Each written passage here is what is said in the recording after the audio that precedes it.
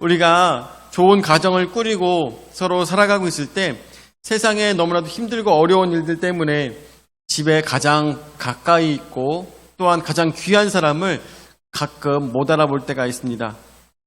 서로가 서로를 향해서 언제나 헌신하는 우리 남편과 아내를 위해서 기도하는 것을 잊지 말아야 될 것입니다.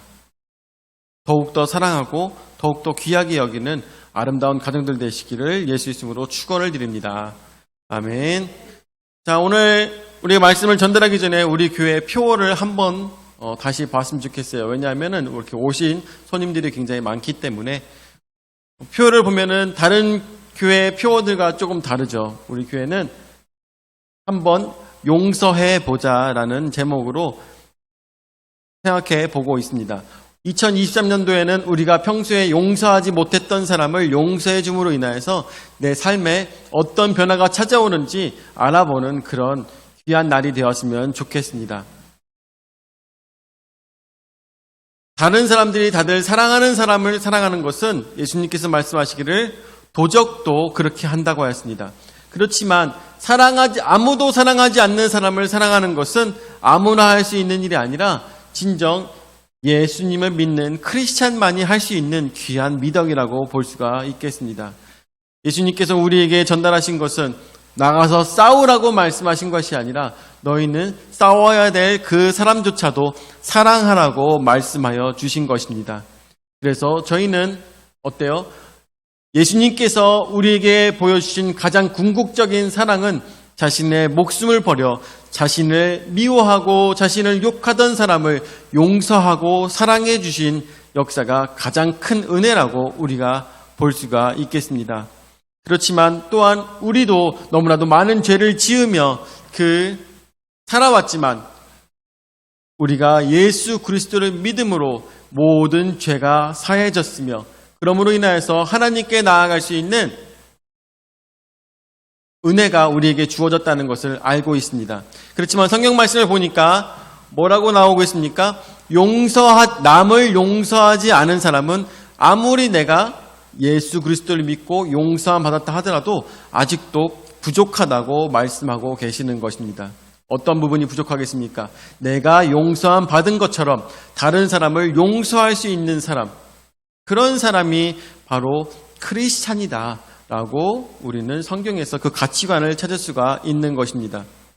오늘 교회차를 타고 오면서 여러 가지 얘기를 하면서 오고 있었는데 갑자기 그 얘기가 나왔어요. 미국은 너무나도 잘 산다. 그래서 잘 살아서 먹는 것도 막 소고기 같은 것도 이만큼씩 남아도 버린다라고 그런 말씀을 막 하시더라고요. 그러면서 갑자기 저도 불현듯 생각이 들었어요. 왜냐하면은 미국에서 같이 있었던 목사님 중에 한 목사님이 피자 뷔페집을 간 적이 있었어요. 피자 뷔페집인데 피자만 나오는 집이에요. 그런데 거기 가서 무슨 행태를 보였냐면은 피자 도우가 있잖아요. 도우 위에 이렇게 토핑이 올라가 있어요. 근데 피자를 받아와 가지고 위에 있는 것만 걷어서 먹고 밑에 있는 빵은 버리는 거예요. 보는 앞에서. 그래가지고 이렇게 하면 안 되지 않냐 그랬더니 하시는 얘기가 아니 그러면 맛있게 만들던가 왜 밑에 빵은 맛없게 만들어서 먹기 싫게 만드냐고 이렇게 얘기하더라고요. 이게 맞나 이런 생각이 들더라고요. 이게 맞나. 미국은 복선이 세상 놀래라 누가 이렇게 천천히 들어오나 했어요. 자 더 웃겨. 깜짝이야. 네. 그런 모습을 봤어요. 이제 그러고 난 다음에 나중에 또 다른 중국 뷔페집을 갔어요. 중국 뷔페집을 갔는데 거긴 또 이렇게 스시가 나와 있더라고요. 근데 이제 스시를 가지러 갔어. 근데 스시를 가지러 갔는데 스시가 나와 있으면은 이렇게 밥 위에 고기 살점이 이렇게 올라가 있어야 되는데 이상하게 밥만 이렇게 있는 거야. 밥만 이만큼씩 이렇게 올라가 있는 거예요. 그러고 돌아와가지고 여기 식당 이상하다고 식당 이상하다고 왜 스시 위에 고기가 없고 밥만 있는지 모르겠다고 그랬더니 목사님이 말씀하시기를 자기가 집어먹었다고 그 얘기하시더라고요. 그래갖고 야 해도 너무하네. 혼자 그런 생각을 많이 했었거든요. 그러면서 오늘도 오면서 그 얘기를 하면서 그 녀석이 잘못한 거라고 제가 막 혼자 막 분해가지고 막 그런 얘기 하고 있었는데, 오늘 돌아와서 설교 말씀을 준비하면서 생각했는데 아직도 나도 멀었구나. 아직도 나도 멀었구나 생각이 들더라고요. 아직도 내 마음에 울분이 풀리지 않았고, 나 아직도 예수 그리스도의 사랑이 내 안에서 피어나지 못하고 있구나 생각이 들더라고요. 여러분들, 그런 사람조차도 어떻게 해요? 용서해 줘야 된다는 것입니다. 왜냐하면 예수님께서도 그 사람을 용서하셨고, 예수님께서도 그 사람을 사랑하셨기 때문에 여러분들 평생에 살아가시면서 용서하지 못했던 그 사람, 생각만 해도 울분이 토해져 나오는 그 사람, 어떻게 해요? 예수님께서 나를 용서하셨던 것처럼 나도 올해에는 용서해 보도록 노력해 보는 것, 그것이 바로 기독교적 크리스찬의 삶의 모습이라는 것을 우리는 생각해 봐야 될 것입니다. 누구를 용서해야 될까요? 누구를 용서해야 되느냐? 바로 우리들 마음속에서 그 녀석은 절대 용서 못해, 아무리 목사님이 저렇게 얘기해도 절대 용서 못해 라고 하는 그 사람을 용서하시고 사랑하시기를 예수 이름으로 축원을 드립니다. 아멘. 그런 가치관을 가지고, 그런 마음을 가지고 오래 살아가면서 여러분들 기도하셨을 때 예수님께서 그 기도를 들으시고 여러분들에게 그 사람을 용서할 수 있는 기회를 주실 것입니다. 그 기회를 꼭 붙드시고 꼭 올해에는 주 안에서 승리하시기를 예수 이름으로 축원을 드립니다. 아멘. 자, 오늘 말씀의 제목은 복음의 시작이라는 말씀으로 말씀을 생각해 보도록 하겠습니다. 복음의 시작. 마가복음 1장의 말씀을 통하여서 예수님께서 그 공생애를 3년간의 공생애를 어떻게 시작하는지 우리가 말씀을 통해서 1장 말씀을 통해서 보게 되었습니다. 이 마가복음은 여러분들에게 말씀을 드렸다시피 이방인들, 특별히 로마인들을 위해서 쓰여진 복음서라고 말씀을 드렸습니다. 마태복음은 누구를 위해서 쓰여진 복음서였습니까? 마태복음은 유대인들을 위해서 쓰여진 복음서였고, 이 마가복음은 로마인들을 위해서 쓰여진 복음서입니다. 거기서 나오고 있는 특별한 그 은혜가 또한 다르게 작용하는 것을 바라보시면서 우리가 이 마가복음을 통해 더 큰 은혜를 받으시기 바랍니다. 이전까지는 침례 요한을 만나게 되면서 그 침례 요한이 예수님께 침례를 주게 됩니다. 그런데 그 전에 무슨 얘기를 하느냐? 나는 내가 하나님의 말씀을 전달하며 너희들에게 회개의 침례를 주고 있지만 내 다음에 오시는 분은 나는 그분의 신들매조차 푸는 것조차도 어려운 가치가 없는 그런 사람이다 라고까지 얘기할 정도로 침례 요한은 다음에 오시는 분을 굉장히 고대를 하며 메시아가 오심을 기다리고 있었습니다. 그때 그러고 있을 때 예수님께서 그곳에 오셨고 침례 요한으로 하여금 침례를 받았던 것입니다. 여러분들 다들 아시다시피 침례라는 것은 어떤 것입니까? 오른쪽에 성경 이야기 여러분들에게 써놓은 것이 있죠. 침례와 세례에 대해서 써놓은 것이 있습니다. 이것을 기회가 되실 때 한 번 더 읽어보시면 될 것 같고, 아시다시피 침례와 세례로 구분이 되고 있는데 세례보다는 침례가 더 예수님이 하셨던 그것에 더 가깝다고 여러분들이 아시면 될 것 같아요. 왜냐하면 이 세례라는 것은 왜 생겼냐면은 이 이방인들에 나가서 하나님 말씀을 전달하고 있었을 때 요단강에서 침례를 받았던 많은 사람들이 있지만 요단강에서 아니면 강이나 아니면은 바다나 어디든 흐르는 물에서 이 침례를 받아야 되는데 침례를 받지 못하는 장소들이 팔레스틴에는 너무나도 많이 있었습니다. 그리고 뿐만 아니라 우리 김도화 성도님께서 그렇게 하셨던 것처럼 건강이 좋지 않아서 침례를 받지 못하시는 경우도 있습니다. 그래서 그런 사람들에게 디다케라는 책에서는 제자들이 12명의 제자들이 쓴 그 책에는 그 침례가 아닌 세례에 대해서 얘기하고 있는데 그렇게 물이 부족한 곳 또한 건강상으로 받지 못하는 분 그런 분들에게 이 손가락으로 물을 뿌려서 침례 대신에 세례를 주라고 가르치고 있습니다. 그래서 그것이 바로 지금까지도 대한민국의 장로교에서는 전통으로 이어지고 있는 것이고 대한민국에서 가장 교세가 큰 장로교이기 때문에 그러므로 인해서 이 세례로 나오고 있는 성경이 더 많은 것이죠. 그렇지만 우리는 침례가 더 옳다라는 것을 가치관으로 삼고 그것을 행하고 있는 침례교회입니다. 그래서 성경 이야기에 나오고 있는 침례와 세례에 대해서 한번 읽어보시면 좀 더 흥미로운 시간이 되실 거라고 믿습니다. 예수님께서는 그 전에 있었던 침례 요한은 많은 사람들에게 회개의 침례를 주었습니다. 그런데 회개의 침례를 주고 있었을 때 예수님께서는 그 당시에 그곳에 오셨을 때 죄가 있으셨을까요? 회개할 이유가 있으셨을까요? 아마 회개할 이유가 없으셨을 겁니다. 그럼에도 불구하고 그곳에서 침례를 받으셨습니다. 그렇다면 예수님께서 받으셨던 그 침례는 무엇이었습니까? 회개의 침례가 아니라 성령 침례를 그때 받으셨던 것을 마가복음 1장 말씀을 통해서 우리가 보게 됩니다.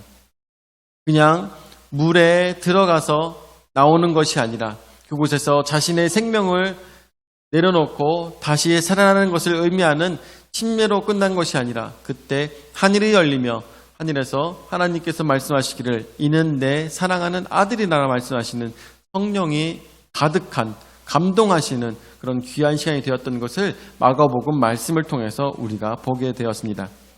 자, 오늘 말씀 복음의 시작이라는 것은 12절서부터 말씀을 보게 됐는데 12절에 성령이 곧 예수를 광야로 몰아내신지라 라고 하고 있습니다. 그래서 첫 번째 성령의 인도입니다. 예수님께서는 이제 공생애를 시작하시게 됩니다. 자신이 30세까지 살아왔던 이 모든 순간 어떠한 식으로 살았는지는 성경책에 자세하게 나오고 있지 않지만 하나님의 아들로서 진정 죄가 없고 순결한 모습으로 그동안 살아오셨을 거라고 생각이 듭니다. 저번 주에도 말씀드렸다시피 하나님께서 말씀하시기를 이는 나의 사랑하는 아들이라 라고까지 말씀하시지만 결국 그것은 무엇에 대한 말씀이겠습니까? 이는 내가 가장 사랑하는 아들이지만 너희에게 주노라 라고 말씀하시는 것이 생략된 것이나 마찬가지라고 여러분들에게 말씀을 드렸습니다. 내가 가장 사랑하는 나의 외아들이지만 내가 이 아들을 너희에게 6월절에 어린 양으로 주노라. 이가 예수가 너희를 위해서 3년 후에 피를 흘리며 죽음을 맞이하게 될 것이라고 말씀하시는 것과 마찬가지라고 여러분들에게 저번 주에 말씀을 드렸습니다. 그리고 예수님은 이 공생애를 시작하시며 성령의 인도를 따라 드디어 광야로 몰아내지신 것입니다. 광야로 인도함 받은 것이 아니라 광야로 몰아내지심 받은 것입니다. 왜일까요? 왜? 더 이상 이제는 어떤 평범한 삶이 아니라 진정 고난과 역경의 삶이 예수님께서 맞이하셔야 되기 때문인 것입니다. 저희 집에서 자라고 있는 우리 준아도 어때요? 준아도 지금도 살아가면서 고난과 역경이라는 것은 정말 모르고 살아가고 있습니다. 요번 2022년과 23년에 우리 준아한테 들어간 돈들만 해도 어마어마한 돈들이 들어가고 있죠. 얘가 어려서부터 해외를 그렇게 많이 다니면서 여권에 도장을 찍는 게 너무나도 많을 정도로 그렇게 어마어마한 돈이 이 아이가 들어가지만 나중에 이 아이도 결국에는 어때요? 우리 모두가 다 그랬던 것처럼 인생이라는 광야에 내몰리게 되어 있는 것입니다. 여러분들 광야를 영어로 뭐라고 합니까? 와일더네스라고 하죠. 광야를 와일더네스라고 합니다. 그곳은 정말 야생의 그러한 장소입니다. 우리 저나 최명창 목사님이나 아니면 원로 목사님이나 아니면 조경태 집사님이나 이 광야에 보고 나서 이 이스라엘에 가서 가장 인상적이었던 곳이 그 광야였는데 왜 광야가 인상적이었냐면 그곳에 갔을 때 우리가 상상하지 못했던 것을 보게 되었기 때문입니다. 상상하지 못했던 곳, 그것은 정말 말 그대로 아무것도 없는 곳이 광야였습니다. 아무것도 없었어요. 대한민국에서는 혼자서 산을 헤매잖아요. 그러면은 어떻게 살아갈 수 있을까요? 승환아, 만약에 산에서 네가 한 3일 굶었어. 그러면 어떻게 할 수 있을까? 뭘 할까? 일단은 산에 너 혼자 만약에 전쟁이 터져가지고 북한 괴뢰군들이 너를 쫓아와. 그래서 도망가가지고 산에서 혼자 숨어서 지낸다고 하면은 뭐부터 할까? 식량 조달기지? 먼저 식량 조달과 군인이 있네. 그죠? 배웠잖아, 그치? 다 배웠을 거 아니야. 먼저 산에 들어가게 되면 뭐부터 해야 돼가? 정보장교라 몰라요. 정보장교라 몰라. 먼저 산에 들어가면 일단은 물부터 찾아야겠죠. 물 찾고 그 다음에 식량 찾고 그리고 나뭇가지를 잘라서라도 어떻게든 덫 같은 걸 만들어서 산짐승이라도 잡아먹을 수 있도록, 그리고 절대 불을 피우지 않냐면 적들에게 위치를 발각하지 않는 그런 일들을 할 것인데, 그런 거 하려면 뭐가 있어야 돼요? 솔직히 우리 대한민국의 산이라는 거는 많은 사람이 살아갈 수 있는 인프라가 갖춰져 있어요. 물도 있고 그리고 새벽이 되면은 이슬도 있어요. 잘 찾아보면은 어떻게 잡아서 먹을 수 있는 토끼라도 있어. 저도 지내다 보면 여기서 가끔 밤중에 제가 얘기했잖아요. 밤중에 나와가지고 문 열고선 딱 나왔는데 이 산에서 후다닥 후다닥 소리가 나더라고요. 뭔가 우선 산 쪽을 보고 있었는데 한참을 바라보고 후레쉬로 이렇게 빛을 비췄더니 거기서 갑자기 꽥 하는 소리가 나더라고요. 무슨 소리예요? 고라니가 산에서 돌아다니다가 겨울이니까 나와가지고 뭘 주워 먹다가 우리 교회 쪽까지 내려왔던 거죠. 그리고 산에서 공사하고 있을 때 우리 그때 지금은 없지만 개가 너무나도 짖는 거예요. 뭘 이렇게 짖나 라면서 혼자 막 가고 싶어가지고 난리가 치길래 제가 이렇게 산책하듯이 데리고선 나갔어요. 그랬더니 너구리가 그렇게 우리 이쪽으로 막 걸어가더라고요. 너구리가. 산 밑이니까 여기 별일들이 되게 많더라고요. 뿐만 아니라 저는 산에서 우리 집에서 산으로 날아가는 꿩도 봤어요. 여러분들. 꿩도 봤어요. 별거 다 봐요. 여기 있으면. 그런 거 솔직히 이 대한민국의 산에는 많은 인프라가 있습니다. 사람들이 살아갈 수 있는 인프라가 있어요. 그런데 이 광야는 정말 거짓말 하나 보태지 않고 아무것도 없어요. 아무것도 없어. 그렇다고 또 사막은 아니야. 모래는 아니에요. 근데 흙으로 된 산인데 단단해요. 바닥은 단단해. 근데 아무것도 없어. 거기서 풀잎조차도 따먹을 수가 없어요. 아무것도 없어. 정말로 아무것도 없어요. 근데 그런 게 저 지평선까지 다 보이는데 아무리 둘러봐도 지평선만 보일 뿐 아무것도 없어요.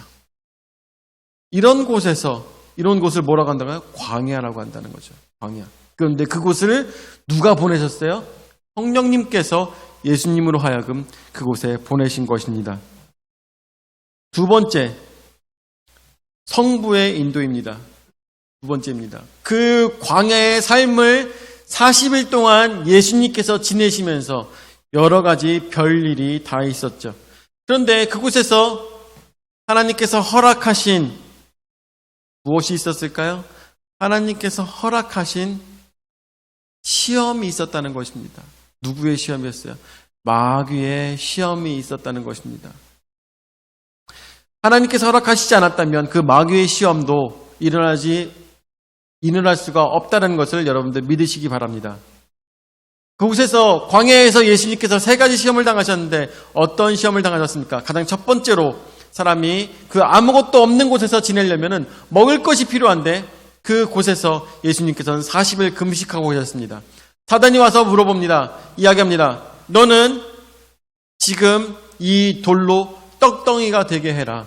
네가 하나님의 아들이면 가능하지 않겠냐라고 이야기했을 때 예수님께서 뭐라고 말씀하십니까? 사람이 떡으로만 살 것이 아니라 하나님의 말씀으로 살 것이다 라면서 40일의 금식을 더욱더 굳게 다시는 예수님의 모습을 볼 수가 있습니다.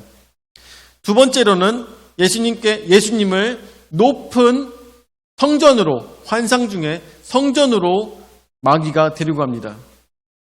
그 높은 성전의 꼭대기에 데리고 와서 이야기합니다. 야, 이 성전 꼭대기에서 내려봐라. 떨어져 봐라. 그러면은 네가 하나님의 아들이면 하나님이 천사들을 시켜서 너의 발끝조차도 땅에 닿지 않도록, 발끝조차도 다치지 않도록 하나님께서 책임져 주시지 않겠느냐라고 이야기합니다. 그렇지만 예수님께서는 그 시험에 동조하지 않으십니다. 하나님을 시험하지 않는 것이죠. 이것은 또한 무엇을 의미하냐면 사람이 예수님도 완전한 하나님이시지만 완전한 인간인 것을 여러분들 모두 다 알고 계실 거라고 믿습니다. 아마 예수님께서도 그 마음에 내가 정말 하나님의 아들일까? 이것에 대한 아마 궁금증이 아마 예수님도 있었을 거라는 생각이 듭니다. 아마 예수님도 그것이 있었을 것이에요. 그럼에도 불구하고 그것에 대해서 시험해 보지 않는 것이죠. 진짜 내가 이 세상을 구원해야 될 과제를 내가 갖고 있는 것인가? 이것에 대해서 시험해 보려면 성전에서 떨어지면 알 수 있겠죠. 내가 이 고난을 당하느니 차라리 죽고 만다라고 생각할 수도 있을 것입니다.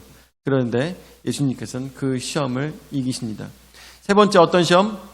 세상의 모든 산 꼭대기에 데리고 가서 세상의 모든 권능과 권력을 보여주고 이 세상의 내 것이니 네가 나에게 절만하면 내가 이 모든 것을 주겠다고 사단은 이야기합니다. 그러자 예수님께서는 모든 권능은 다 하나님 것이라고 말씀하시며 이 시험을 다 이기는 것입니다. 이것은 우리에게 의미하는 바가 있습니다. 이 세상은 마치 우리에게 광야 같은 세상입니다. 여러분들 세상에 많은 사람들을 보지만 이 사람들이 나에게 의미가 있는 사람들일까요? 오히려 나에게 상처를 주는 마치 여기 성경 말씀에 나오고 있는 들짐승과 같은 사람들이 이 세상에 너무나도 많이 있습니다. 여러분들 서울에 살거나 청주에 살거나 어디를 가도 요즘 보이스피싱이니 여러 가지 너무나도 많은 사건들이 있지만 우리는 잠깐 눈만 돌려도 마치 늑대가 승냥이가 우리를 잡아먹듯이 이 광야 같은 세상 속에서도 우리는 사람을 믿으며 살아갈 수가 없는 너무나도 무서운 세상에 살고 있는 것이 지금의 현실인 것입니다. 마치 광야 같은 세상인 것이죠. 사람을 의지할 수 없으며 또한 내가 하루라도 잠깐 쉬면은 먹을 것이 없을 정도로 지낼 곳이 없을 정도로 말이 도시고 말이 공동체 생활이고 말이 함께 사는 세상이지 세상은 우리에게 가혹하게 그지없는 것을 여러분들 너무나도 잘 알고 계실 것입니다. 마치 광야 같은 이 세상 속에서도 우리에게는 시험이 닥치고 있습니다. 우리에게 이야기합니다. 야, 지금 네가 일하는 게 중요해? 아니지. 네가 지금 예배 드리는 게 중요해? 너 지금 가서 일을 해야 너에게 떡덩이가 생길 거 아니야. 네가 지금 일을 해야 먹을 게 생길 거 아니야. 네가 신앙생활 한다고 네가 떡이 나와, 밥이 나와, 돈이 생겨. 신앙생활 한다고 뭐가 달라져? 그러니까 너는 저 돌들로 떡덩이가 되게 하라는 사단의 속삭임이 있는 것입니다. 그럴 때 우리는 어떻게 해야 되겠습니까? 내가 먹는 것으로만 살 것이 아니라 하나님의 말씀으로 살아가기 원하는 사람이기 때문에 나는 그런 유혹에 넘어가지 아니하고 하나님 뜻대로 살아가는 사람이 되겠다라는 그런 유혹을 이기는 우리의 신앙의 모습이 되어야 될 것입니다. 예수님께서 성전에 올라가셨을 때도 마찬가지입니다. 성전에 올라가셔서 그곳에서 떨어질 때 세상의 많은 사람들이 그 밑에서 보고 있었을 것입니다. 왜냐하면 성전은 사람들이 가장 이스라엘에서 많이 모이는 장소였기 때문입니다. 그런데 그곳에서 떨어졌을 때 예수님께서 떨어지지 않고 착하고 딱 서게 된다면 사람들이 박수를 치며 대단하다고 엄청난 그런 인기를 얻었을 것입니다. 여러분들, 광야 같은 이 세상 속에서 우리도 마치 세상 살아갈 때 인기를 바라보며 사람들의 인정을 바라보며 살아갈 때가 얼마나 많이 있습니까? 저 사람이 나를 오늘 사랑해 줄까? 저 사람이 오늘 나에게 관심을 가져줄까? 이러한 모습 때문에 무엇이 생겼습니까? SNS가 생겼잖아요. 틱톡, 아니면 트위치, 여러 가지 SNS가 많이 있지 않습니까? 그 SNS가 하는 일이 뭐예요? 나 오늘 더 관심 받고 싶어. 나 오늘 더 사람들로 하여금 인정받고 싶어. 하고 있는 것이 그런 SNS가 아니겠습니까? 내가 인정받으며 살아갈 때 내 마음이 기쁘고, 내가 인정받으며 살아갔을 때 내가 살아가는 마음이 내가 살아있는 것 같아 라고 생각하는 사람들이 얼마나 많이 있습니까? 그렇지만 우리는 그것을 냉정히 쳐다본다면 아무런 의미가 없는 것이죠. 아무런 의미가 없는 것입니다. 인기는 아무런 의미가 없는 것이고 오로지 하나님의 일에 충성하는 것이 우리에게 큰 의미가 있다는 것을 우리는 한 번 더 생각해 봐야 될 것입니다. 세 번째로 예수님께서는 산에 올라가셔서 그 많은 광경들을 보셨을 때 이 세상 살아가며 우리에게 있어서 권력이라는 것 참 달콤하고 모든 것을 할 수 있다는 것은 참 좋을지도 모릅니다. 그렇지만 여러분들, 힘을 갖게 되면 그 힘에 대한 책임 또한 있다는 것을 여러분들 다들 너무나도 잘 아실 거라고 생각이 들어요. 회사 같은 데서 다닐 때 더 높은 계급일수록, 더 높은 직급일수록 더 월급이 많습니다. 왜 많아요? 왜 많아요? 그만큼 책임이 많기 때문인 것이죠. 근데 요즘 세상은 뭐가 문제됩니까? 직급은 놓고 저기는 많지만, 받는 돈은 많지만 책임을 지지 않는 그러한 사람들이 너무 많아가지고 세상이 뒤집혀지고 있는데, 세상의 많은 권력들을 마귀는 보여주며 이 모든 권력들을 너에게 줄 테니 너는 나에게 절만하라고 이야기합니다. 우리는 세상 살아가면서 마귀에게 순종하고 마귀의 말을 듣고 세상의 좋은 것을 따라간다면 우리는 권력을 얻을지도 모릅니다. 그렇지만 그 권력은 영원한 것이 아닙니다. 잠깐 우리에게 스쳐 지나가는, 잠깐 우리에게 주어진 듯한 그런 신기루 같은 그런 거짓말에 속고 있다는 것을 우리는 인생 살아가면서 나이 먹고 나면 더욱더 깊이 느끼게 되는 것이죠. 예수님께서 당하셨던 이 세 가지 시험은 마치 우리에게 그런 것들을 얘기해주고 있습니다. 세상에 행하는 모든 것들이 다 헛되고 모든 욕심이 다 의미가 없다는 것을 얘기해주는 것과 마찬가지입니다. 그렇지만 그 속에서 우리에게 의미가 있는 것은 무엇이겠습니까? 예수님께서 지금부터 행하실 바로 하나님 말씀의 순종, 그것이 가장 의미가 있다는 것을 오늘 성경 말씀에서 보여주고 있는 것입니다. 그렇기 때문에 하나님께 의지하고 하나님께 순종하는 성부의 인도함만이 우리의 인생에 의미가 있다는 것을 우리는 생각해야 될 것입니다. 세 번째로 성자의 가르침입니다. 드디어 예수님께서는 이 모든 고난을 겪으시고 광야에서 오셔서 하나님 말씀을 전달하기 시작하시는데, 14절서부터 말씀을 보면, 요한이 잡힌 후 예수께서 갈릴리에 오셔서 하나님의 복음을 전파하여 이르시되 때가 찼고 하나님의 나라가 가까이 왔으니 회개하고 복음을 믿으라 하시더라. 아멘. 그렇습니다. 이제 14절 말씀도 해야 되겠지만 시간이 별로 없기에 15절 말씀으로 우리가 생각할 때, 때가 이미 찼습니다. 그 때가 가까이 왔어요. 여러분들, 제가 언제나 말씀을 드리지만 세상의 멸망을 우리가 두려워할 필요가 없습니다. 두려워할 것은 무엇이라고 했어요? 두려워해야 될 것은 바로 나의 멸망입니다. 나의 멸망. 내가 죽는 것을 두려워해야 될 것이에요. 내가 의미 없는 삶을 살아가는 것을 두려워해야 될 것입니다. 내가 하나님을 모르는 삶을 살아가는 것을 두려워해야 될 것입니다.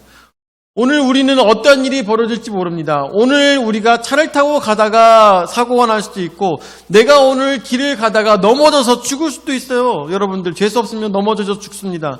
아니면 어떤 사람은 넘어져서 식물인간이 되는 사람들도 있을 수가 있고, 오늘 우리가 무슨 일이 벌어질지 모릅니다. 그렇지만 이 벌어질지 언젠지 모르는 이 상황에서 우리가 하나의 희망을 가지고 있다면 그 희망은 바로 예수 그리스도이신 것을 믿으시기 바랍니다. 언제나 말씀을 드리지만 저는 성경 말씀에 이 마지막 때, 심판의 때가 언제이냐는 것에 대해서 많은 사람들이 관심을 갖고 있지만, 저에게 있어서 생각했을 때 그 날이 2030년이 될지 2040년이 될지 그것이 중요한 것이 아니라 당장 내가 오늘 당할 심판은 어떠한 것일까가 가장 중요하다고 생각합니다. 오늘 내가 죽어도 나는 천국에 갈 만큼 나의 신앙은 올바른 신앙관을 가지고 있는가? 나는 오늘 내가 지금 당장 죽어도 하나님 품에 안길 정도로 올바른 신앙관을 가지고 있고 믿음을 가지고 있는가가 가장 중요하다는 것입니다. 그렇기 때문에 예수님께서는 우리에게 말씀하십니다. 이르시되 때가 찼다고 했습니다. 이 말씀하실 때가 언제였어요? 2000년 전에 말씀하신 것입니다. 2000년 전에 말씀하실 때 때가 찼다고 했습니다. 여러분들, 2000년이면 세상이 몇 번을 바뀌었겠어요? 200번은 바뀌었어요. 그렇죠? 세상이 200번은 바뀌었어. 그렇지만 우리는 달라진 게 없어. 근데 예수님 말씀하실 때 때는 찼대. 도대체 무슨 얘기야? 이 때는 뭐예요? 바로 우리 각각 개인의 마지막 때가 가까이 왔다고 우리가 볼 수가 있겠죠. 우리 이 세상에는 너무나도 많은 죄악들이 만연해 있고, 우리는 아직도 세상에서 살아갈 때 광야 같은 삶을 살아가고 있는 것을 우리는 보게 됩니다. 이 세상 속에서 우리는 이미 때가 찼습니다. 하나님의 심판이 가까웠습니다. 언제요? 나이가 많으신 분들은 30년 내에 예수님을 만나게 될 것이고, 저 또한 오늘 만나게 될지 내일 만나게 될지 아니면 20년, 30년 후에 예수님을 만나게 될지 모르지만, 이러나 저러나 이미 저의 때도 여러분의 때도 다 찼다는 것입니다. 그렇기 때문에 우리는 회개하고 복음을 믿어야 되는 것입니다. 그랬을 때 여러분들, 내 인생이 주 안에서 구원을 받을 수 있는 것이고, 우리의 삶이 구원을 받을 수 있는 것이며, 또한 우리의 가정이 구원을 받을 수가 있는 것입니다. 예수님의 말씀대로 살아갔을 때 우리의 가정의 모든 문제들이 해결될 것이고, 또한 나의 삶에 고통받고 있었던 모든 문제들이 해결될 것입니다. 왜요? 그 하나님 말씀대로 순종하면서 살아가는 것이 가장 의미가 있고 깊이가 있는 인생이기 때문인 것이죠. 예수님께서 광야에서 모든 시험을 이기셨듯이 여러분들께서도 이 세상이라는 광야에서 모든 시험을 이기시며 하나님 말씀에 순종하며 가장 가치 있는 삶을 살아가시기를 예수 그리스도로 축원을 드립니다. 아멘. 사랑해 주님의 나사를 감사드립니다. 오늘 이 귀한 날에 저희에게 귀한 은혜의 말씀 허락하여 주심을 감사드립니다. 세상에 모든 어려움들이 있지만 이 모든 어려움 속에서 저희는 진정 우리가 바라봐야 될 가치가 무엇인지 깨달을 수 있도록 오늘 저희에게 지혜의 은혜를 허락하여 주시옵소서. 세상 돌아봤을 때 어떠한 것도 의미가 없는 것을 우리는 살면서 깨닫게 되고, 그러므로 인해서 오늘 나도 하루하루 살아가며 진정한 가치를 찾고 있는 우리의 인생이 있습니다. 그렇지만 예수님을 만난 자들은 그 가치를 찾았습니다.